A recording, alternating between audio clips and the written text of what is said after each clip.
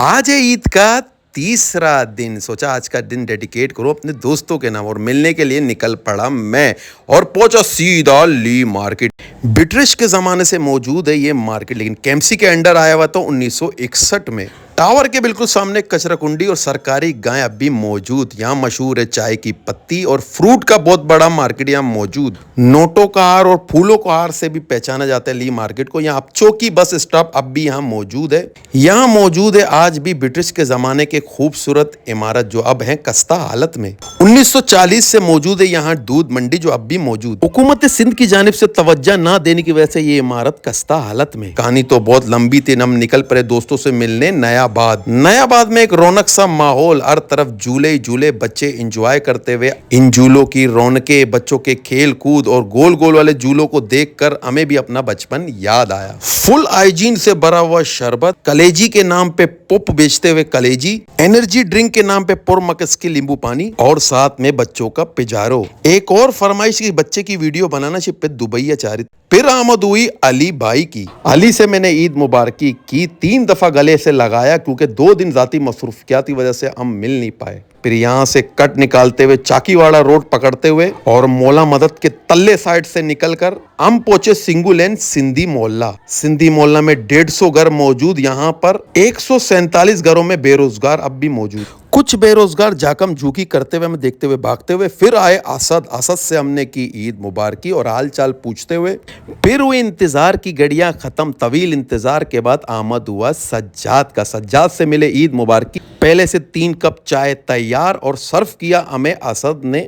चाय को देख के जबान में सिर्फ एक ही बात आया, कारो चा जो मजो लगे ठा करके। सारे दोस्त चाय को एंजॉय करते हुए फिर आमद हुई दिराज पश के पोलाट की। अरे गुजार हो गए दिराज पश। हमें देखकर रुके और इलेक्शन में जैसे खड़े हुए अशरफ भाई अपने बेटी एजल के साथ और बच्ची को दिया मेरे गोद में। मैं फिल्मी अंदाज में महेंद्र बाहुबली।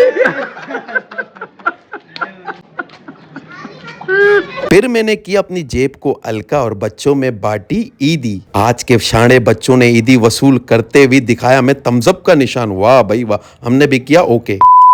फिर मैं पहुंचा सालार कंपाउंड जहां से हनीफ राजा आज रवाना हो रहे थे अमेरिका। ईद के तीसरे हनीफ भाई का इस तरह जाने से हर कोई था इमोशनल। हमने भी हनीफ राजा को गले से लगाते हुए और कहा अलविदा। फिर लिया एक जाती पोज। मामा शरीफ का भी इमोशनल थे, शब्बीर थे काफी सीरियस। अस्साम और शब्बीर का जाती पोज। हनीफ राजा अब्बासियां लेते हुए अपने आबाई गाँव को देख कर काफी इमोशनल हुए।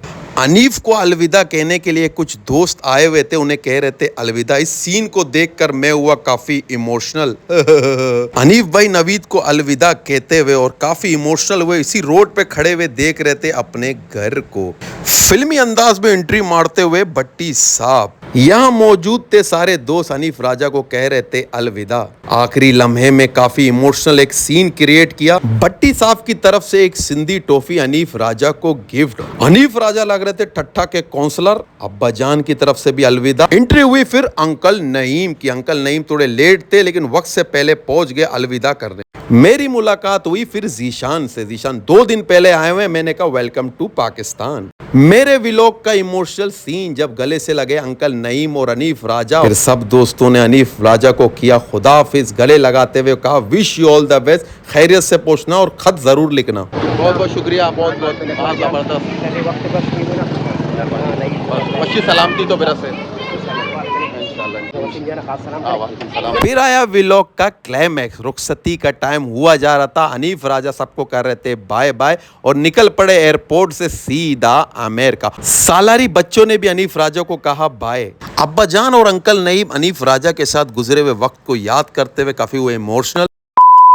पिक्चर अभी बाकी है मेरे दोस्त। हम पहुंचे जावेद नियारी दोस्तों के साथ। बोर्ड से बनाया एक एंगल। सर सेक्रेटरी नियारी को देखकर हम भी चौंक गए। फिर मेन्यू कार्ड को देखने के लिए जलसे की सूरत में सारे दोस्त खड़े होते हुए फिर डिसाइड किया निकलते अंदर एक हालात देखकर काफी जानवरों ने हमला किया था। थोड़ी देर पहले यह चंद जानवर आके नियारी पे जो तशद्दुद किया था वो आप लोग के सामने। फिर हमारे साथ हमारा एक नादान दोस्त, उसको कहा अगर मिर्ची खाओगे तो तुझे बिल नहीं देना पड़ेगा।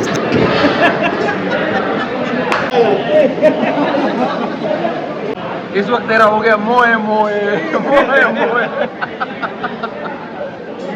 फिर आमद हुई निहारी की। निहारी की हालत देखकर हम भी चौंक गए, ये क्या मलाई लाए निहारी। दोस्त भूख से निढाल और आसरा नहीं किया और शुरू हुए निहारी पे, और थोड़ी ही देर में किया निहारी का सफाया। सारे दोस्त काफी नाराज थे कि बिल्कुल भी टेस्ट नहीं था। इसे कहते हैं नाम बड़े दर्शन छोटे। और निकल पड़े इन पापियों का पेट भरने के लिए चार मीनार रोड पर एक करीबी रेस्टोरेंट में पहुंचे, जहां वसीम भाई पहले से मौजूद और दोस्तों की हुई आमद। यहां पहुंचने के साथ ये उम्मीद लगाए कि हो सकता है इन बुक्कड़ों का पेट बहुत जल्द भर जाए। वसीम भाई ने ऑर्डर करते हुए बिल फेंकते हुए और एक बंदे को किया कुछ, क्योंकि इसी की वजह से हमने निहारी खाया था। इस पे हुआ लाफ्टर। यहाँ प्रोडक्ट को दिखाएंगे नहीं क्योंकि प्रमोशन हो जाएगा। थोड़ी देर में सारी चीजों का सफाया करने के बाद हम निकल पड़े बाहर की तरफ।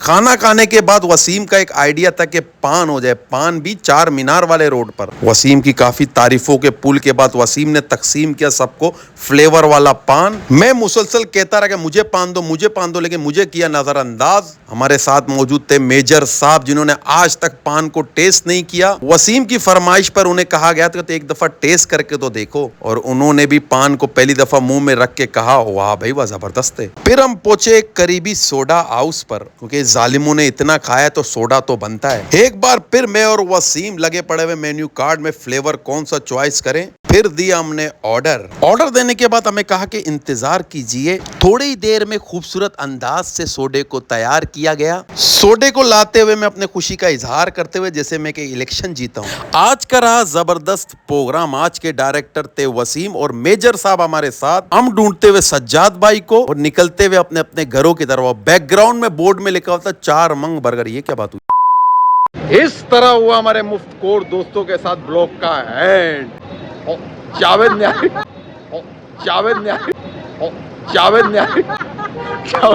भी खाया और अब थोड़ा भी, अब ब्लॉग को एंड। ये मस्ती के मूड में भाई को इजाजत दीजिए, मिलते हैं कल।